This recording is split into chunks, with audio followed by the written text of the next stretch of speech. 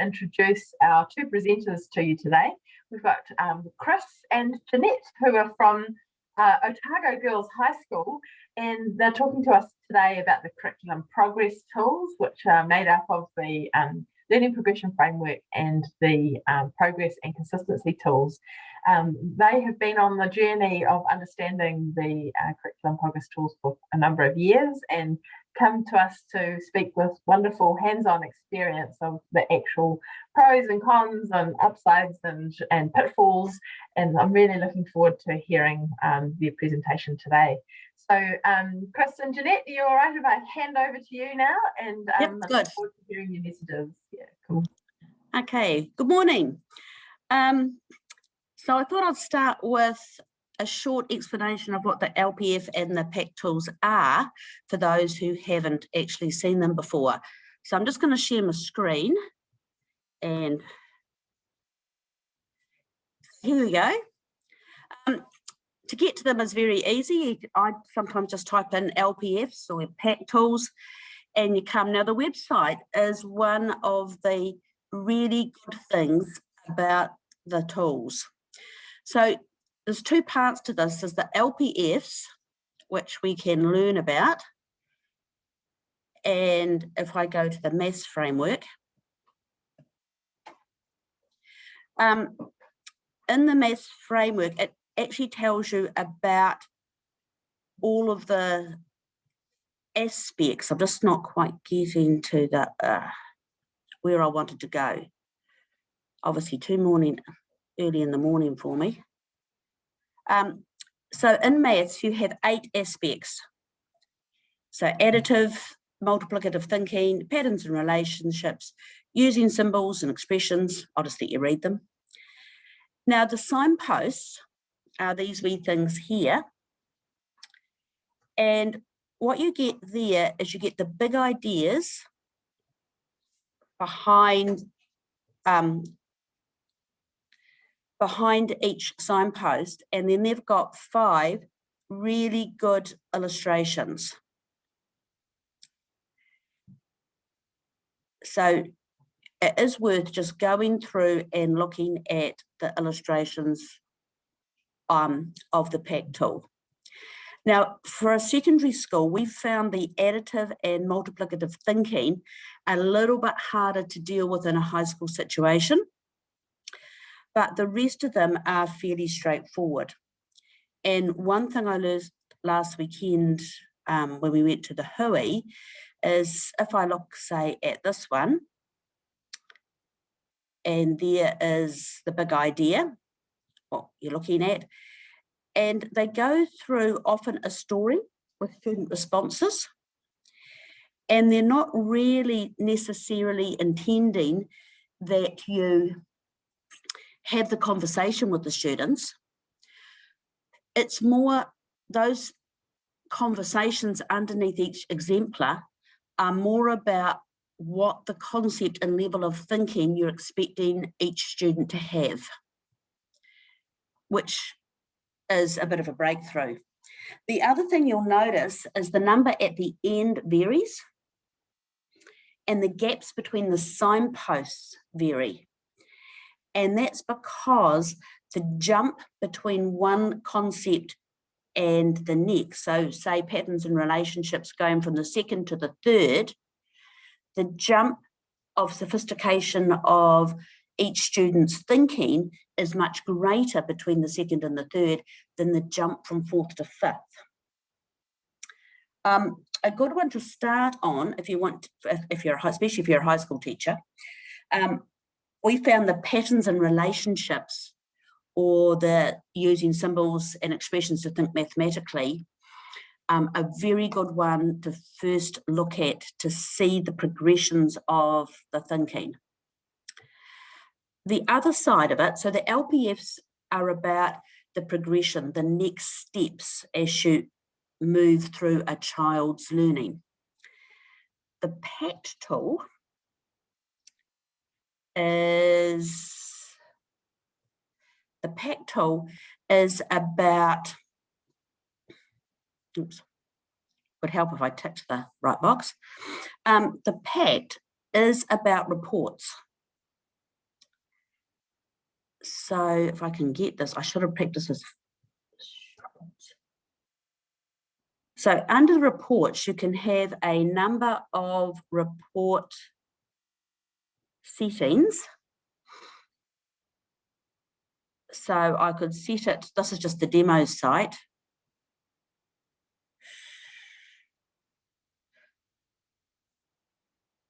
I should have practiced this more recently. And what you can do is you can get reports up. So reports come, you can do a report at a whole school, a whole cluster. You can track a student's progress on a report. So there's a number of different reports that you can use. And this one, you've got your 2 genders, and you've got the tracking of year 1 to 10. So really the whole way to do this is to go and just have a play. We haven't really got time this morning to actually go through all the different reports you can get, but you can get, as I said, a report for it that would show a student's progress on their life through school, see how your whole class is progressing, and see how the whole school's progressing. Or you could actually pick out, if you had a focus group of students that you were working on, so you wanted to track students who were gifted or students who were struggling, you can actually make them as a group and track their progress as well. You can also, I'm just going to butt in, Jeanette, as well as progress, you can also look at their achievement. So there's 2 aspects to what PACT will tell you, is what's their progress and what have they achieved. So we can, up here, we can change the class. And there's your class. The demo site is quite good. There's the one to show the student progress. So you can actually see where she is. And you can also see on this one that you've got your expected curriculum and the typical student, the band of typical students. And this here is aiming at making sure that really well set up for level 1. So there's a number of things you can get out of the report screen, as well as the other one. And if I go back to the original site,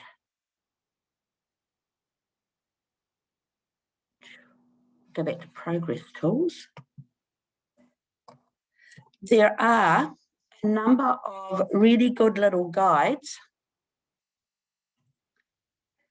that you can get if you want to learn about the LPFs. So if you learn about the LPFs, down here, there are a number of guides which you can use to find out more about the LPFs in more detail. There are also videos, some with a primary focus and some with a secondary progress. And there's also more info here. So there's lots of questions you might think about later. There's a lot of questions you can come back to. And the information on this website is actually quite amazing. And the other thing I really like is if I'm in PACT judgments, making my judgment, I don't have to go all of the way out and into the LPFs to see all of the exemplars for each signpost, because they're actually inside the PACT. So it's very well linked. And similarly, I can go to PACT and learn about PACT. And again, there are a number of guides, videos. I think someone might have their mute off. And again, more info. So just in this one here, there's a lot of information there about how you can actually find out more about the LPFs and the Pact. There is also here too a facilitator guide. So if you wanted to do training at your school, so once you've actually got your head around it and you wanted to do training at your school, there are actually guides to help you train other staff in the LPFs and Pact. So despite the fact that this website actually doesn't have many pages, there is a wealth of information, and it's probably one of the best linked sites that I've come across. So that's a brief overview of the LPFs and Pact, if you haven't come across them before. The next thing is, how did we get involved? I'll just stop here for a moment. About 2-3 years ago, Jill Thomas and Jenny Ward asked us to be a guinea pig tool. So they came up and talked to the Maths department, and they did their hard sell. It was really interesting because I got most of my staff there, and of all the staff that listened to the sell, every single one of them wanted to be part of LPFs and Pact.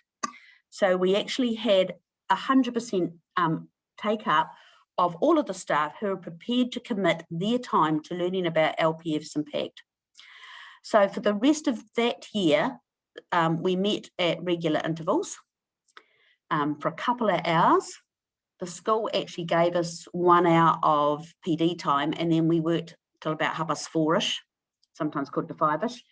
And we went through a series of training exercises with Jenny. So first of all, we looked at the LPFs, as I said, just starting on one aspect to begin with, so you're not trying to get your head around too much. And then after we'd looked at that, we looked at the Pact, and then at the end of the year, most of us made judgments. Unfortunately, on the day that we were sitting together making judgments, there was a fire alarm in the middle of an NCA exam, so some of us didn't quite get all that done. But that was our first year. So then last year, we were going to go all out on it. We slightly got derailed by COVID and the reporting window, which I'll get to later. But we've decided that this year we were going to have yet have another go, hopefully with no COVID, and really go all out on the LPFs. And recently we've made decisions about where we're going to go from here, which again, I'll get to later. But that's how we got in. So it was actually just because we're a school that is really close to where Jenny and Jill are. And everybody was on board with it, which I think is a very crucial aspect to it, because it won't work if you drag in unwilling people, because they won't do it properly.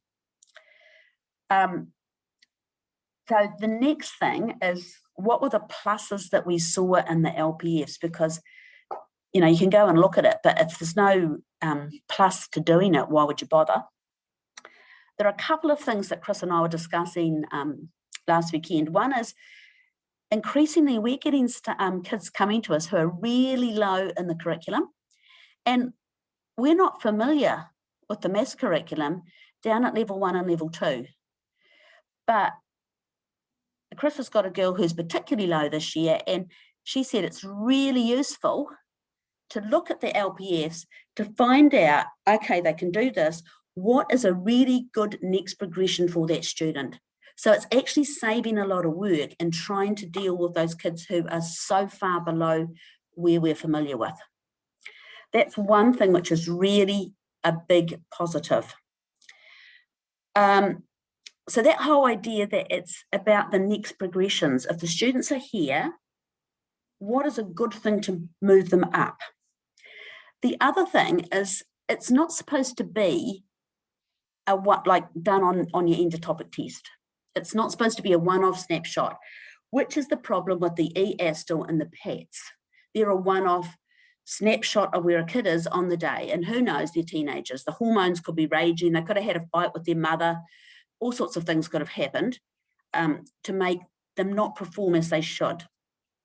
A few years ago, I discovered when I was doing an EASTL test that we were doing an end of year one, and it was after exams. So my year 10 just went, and I couldn't work out whether I finished those sermons because they didn't actually do it. They just ticked buttons. So yeah, EASTL data, if the kids don't see a value of doing it, can sometimes be really inaccurate. So if it's not just on your end of topic test, what is it going to be on? So I've found that last year, when we were really doing it for real, that it made me think I've got to really know what every single kid in my class is capable of. And one thing that struck me, because I thought I was pretty good at knowing that already. I don't sit at my desk. I'm continually walking around the classroom, actually looking at kids' books, putting stickers on the good, working out and doing all that stuff. But it actually made me raise that up a notch. And I hadn't realised there was a notch to be raised, but there was. And the one thing that it really made me realise is that those kids who sometimes don't perform as well in your end-of-topic test as you would have thought from their classwork, it was because their classwork was what their mate could do. So they were sitting there in their little group talking about their maths, but that kid had not actually understood the concept. Her friend had, so her friend could help her through it, but when the friend wasn't there in the test, she was all at sea. So one thing that we started doing last year was we started having little tests. They're just little do-nows. You know how you do little do-nows at the start? Well, what we did was we just put those 3 questions on a bit of paper and handed them round for the kids to do individually. And then it took you 5 seconds to mark. In fact, I could usually mark them almost instantaneously. And that meant I picked up on the kids who were relying on their friends. So then I gave the other kids had some work to do, and then I got those wee group up. And luckily, I've ended up with having a stand-up whiteboard desk, so I could actually get them around that rather than the blackboard, so it's less public, because I did have a little bit of resistance from kids who didn't want to feel that they were pulled out to begin with, though that's now gone. And you, excuse me, you hover them around your desk, and we just sat there with the whiteboard pens doing the same kind of question that they hadn't done until they could do it right by themselves. And then they'll pop back to their desks. And what that did was it actually really raised those kids' results. And also there was one girl in particular that I can think of last year who was quite negative about maths, but eventually, but being part of that group on and off, it was only like 5 to 10 minutes she was spending with them. It wasn't a long time. It was a small, early intervention. It actually changed her attitude around quite a lot. And it was quite nice to see that some kids who were a bit negative actually became a lot more positive. And, you know, if they're positive attitude, that makes such a difference to how much maths they can do. So that was one thing that we did. The LPFs actually changed our teaching approach. That was a real plus. So that whole fact that you've got to be aware of what they're doing because it's based on not just one test, but a number of tests. And all those wee tests, of course, could feed into what progression they were on. So that was gathering more information. And you can also gather the information from their homework. So if you're not sure what level a kid is on, you can actually flick back through their homework for the odd little tricky ones. So that was really useful. Now, the other thing too about making the judgments, making 8 judgments for all of your students sounds like a hell of a lot of work. How do they fit into each of those signposts?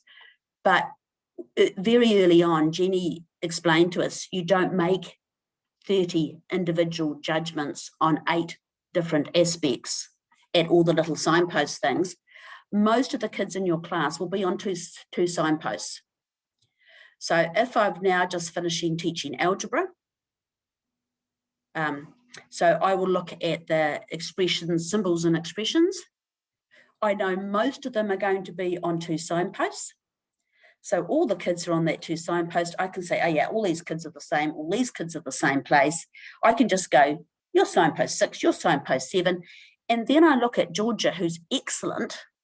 She's the one who runs to get to my class, literally runs from PE to get there. She's so keen on maths, it's a delight.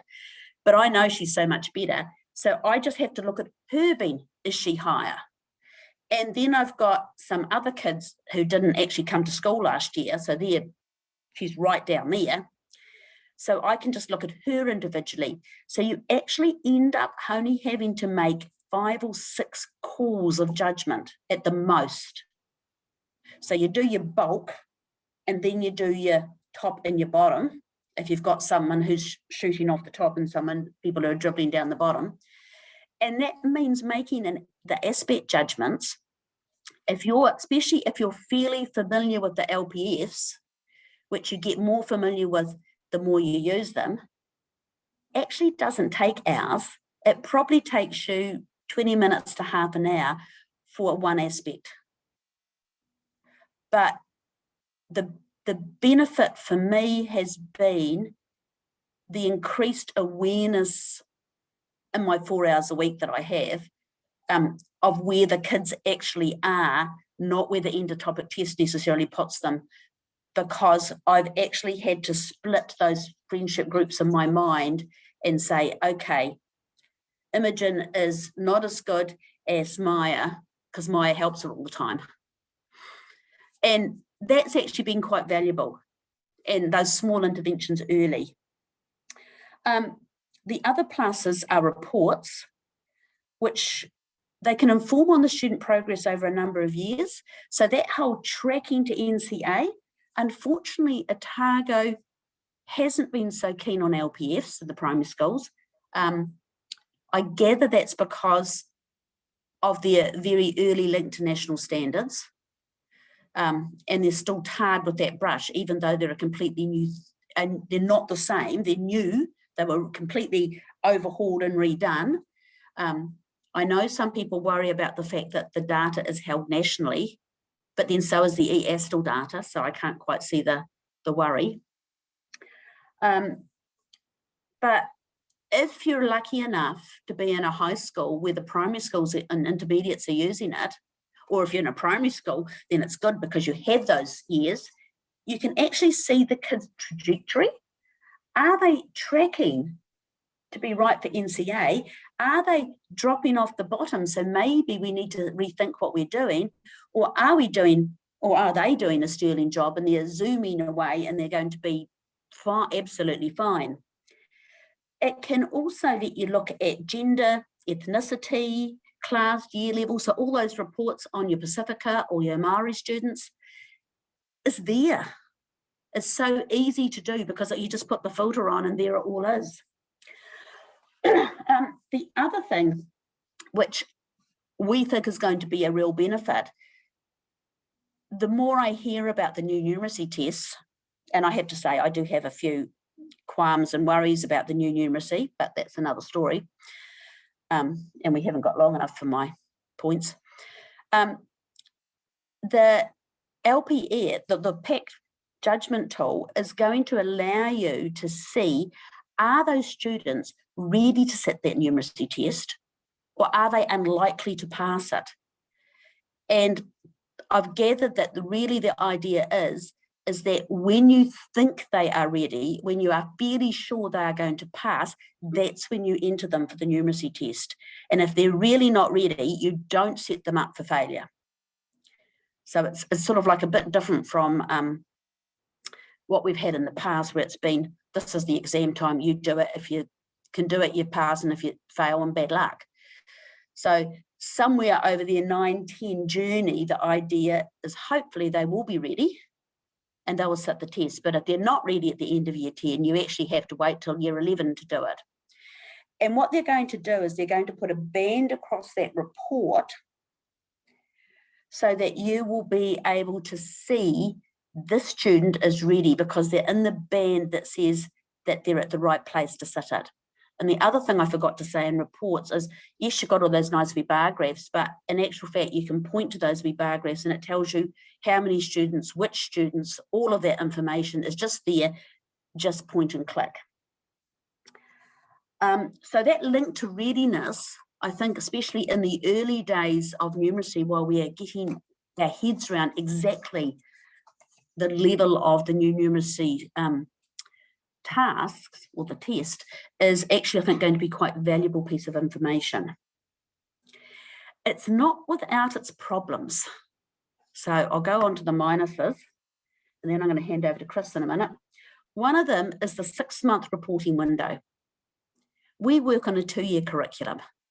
The 6-month reporting window, which says that if you start potting on an aspect, you've got to get all the aspects put on in 6 months and dial up your results, is a problem for us, because we actually teach out the whole level 4-5 curriculum over 2 years. However, this year, what we've done is our early judgment calls, we've gone old school and written them in our mark book. And I'll put them on very soon because that will be our 6-month window. So that was our workaround for that. From the hui, it didn't appear that this was a problem in a primary school. It's a high school problem. The other way is that the aspects aren't quite gelling with the way that we have constructed our course. So sometimes in geometric thinking, we've not done all the transformation geometry, we've done some trig and we've done some angles. So it's not quite fitting in the way we've structured our course. So at the moment, we're probably fudging it a little, but we have been thinking about where to go in the future. But that again can be a problem.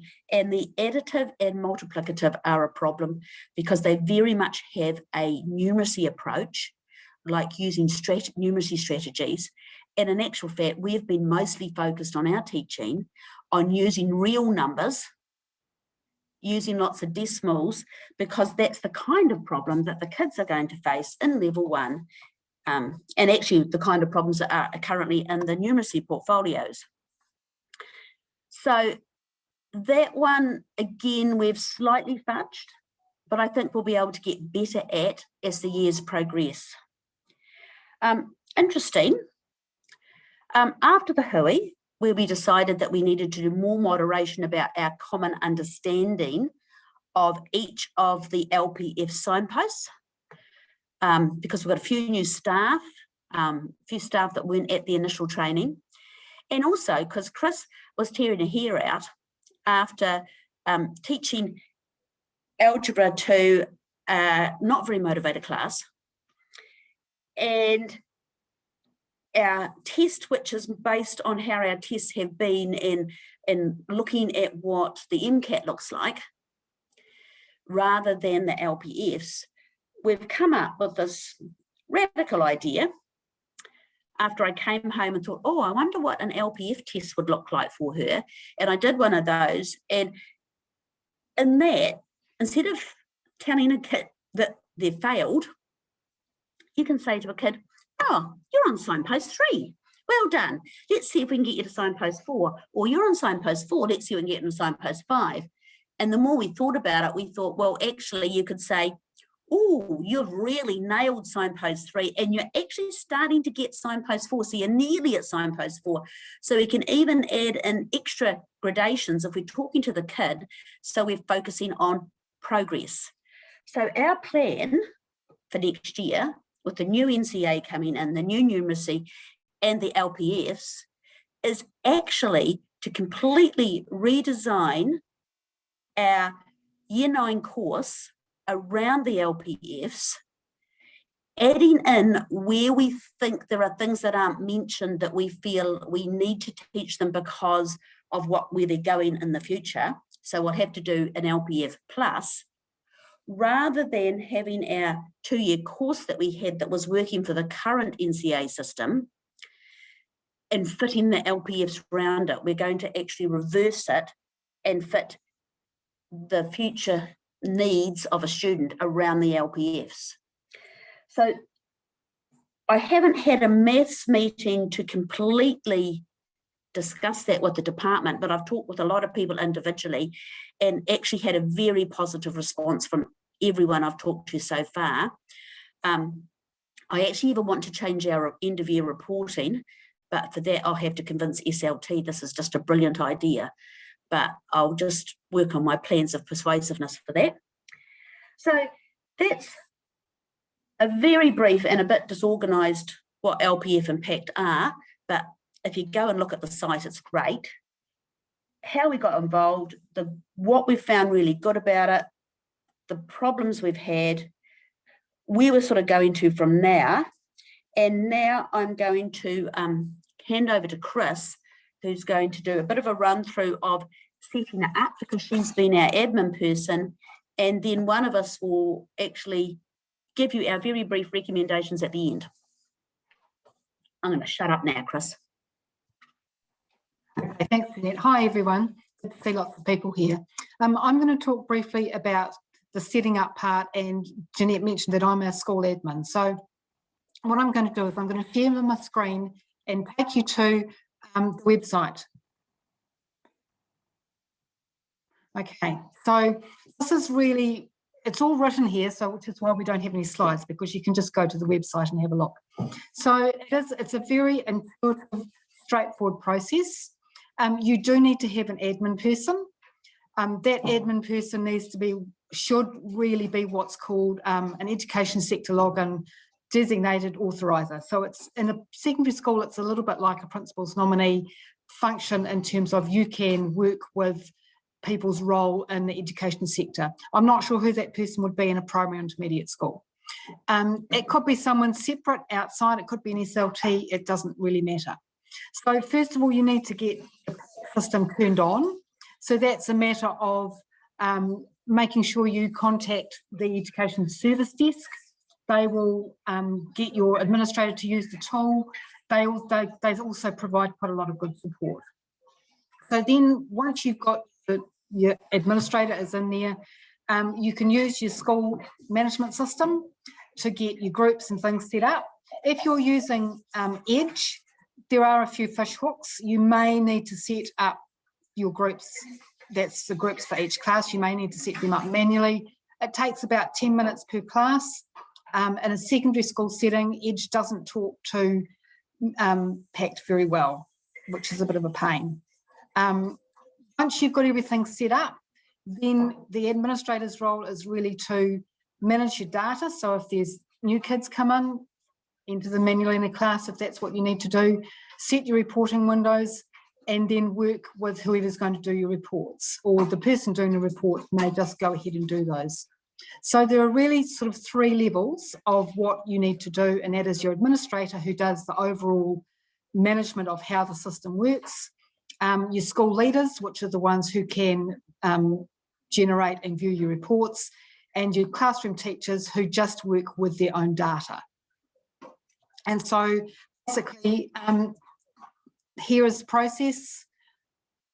It's quite intuitive. You invite new users, you manage your groups, set up your reporting windows. You can set it across Kariako, it's fine, and you go from there. One thing about the data is that one of the things about national standards, I think, was that the ministry could access your data. The ministry cannot access your Pact data. They cannot do that. The only people who can access your Pact data are the people in your school, and if you have a problem at the Education Service Desk, then they will form a temporary login and they will access your data, and then they will get out of your system. The Education Service Desk is pretty good at fixing bugs. In the early days, some of the people didn't know how Pact worked, so I learnt to ask for Tier 2 support, and the Tier 2 support is excellent. So there's lots of options there in getting support. It's a good system. From an administrator's point of view, it's reasonably easy and intuitive to use. So, Jeanette, I'll let you finish up.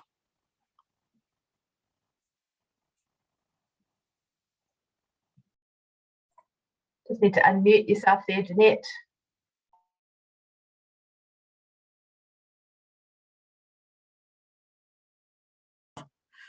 Okay, so one of the things that I thought would be useful is I've just got a slide here, which is, if I find the right one, yep, this one. I've just put it there because that's got the link to the progress tools. The other thing is they do run online training that Kris and I have been involved in. So if you want to get onto online training, that's the email down below, and that is the website address to find the curriculum tool. So if you go to that one,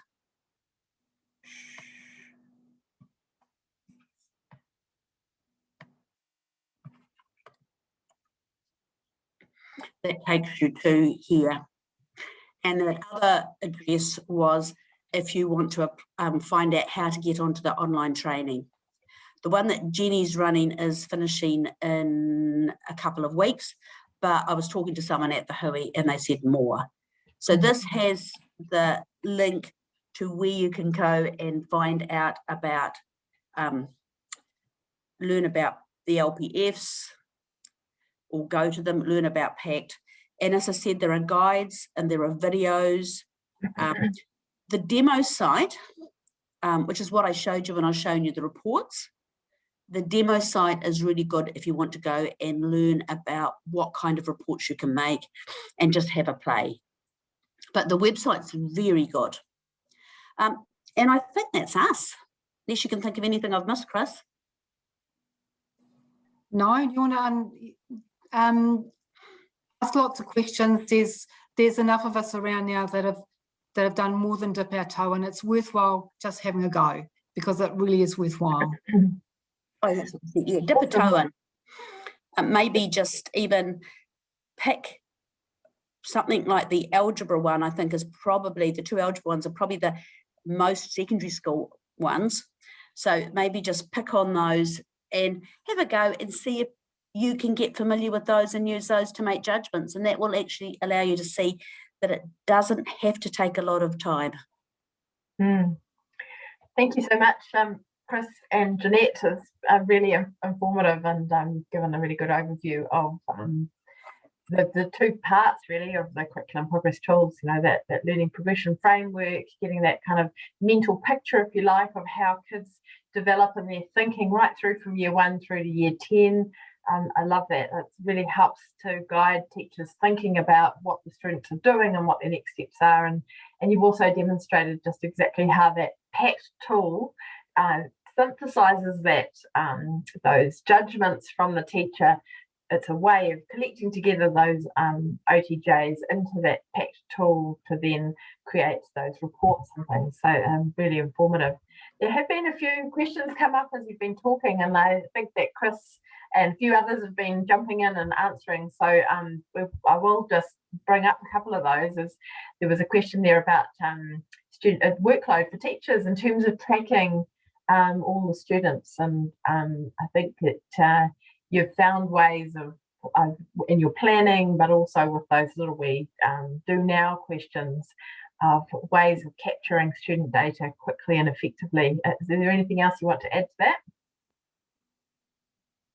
No, I don't think so. It isn't. Is it more work than what we were doing in the past? Possibly a little bit, but not a lot.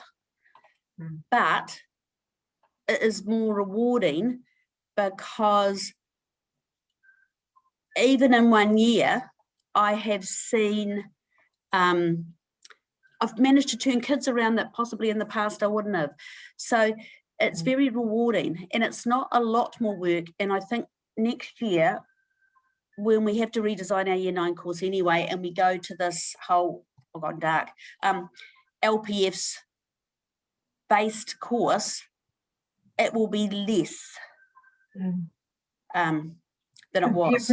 You're really kind of thinking about your curriculum design, really, aren't you? You're kind of saying, actually, this is what's appropriate for our learners based on what we've seen, and this is where they're going, what you're preparing them for. So you're really tweaking your curriculum design. And what I'm hearing you say, and I think it was put in the comments, is that you've found ways of really valuing that formative assessment. You know, teachers really reading the students in the moment and using that as part of their assessment information rather than just relying on an end of year topic, Yeah. end of topic test. So. And one of the things when we've been discussing what we might do in the future is actually just doing a couple of little like 3-question tests and use that as a bit of a pre-test, because we often don't have data with the kids coming in at year 9. But if we did that at the start of what we would, our section of work that we're teaching, that would give us a baseline.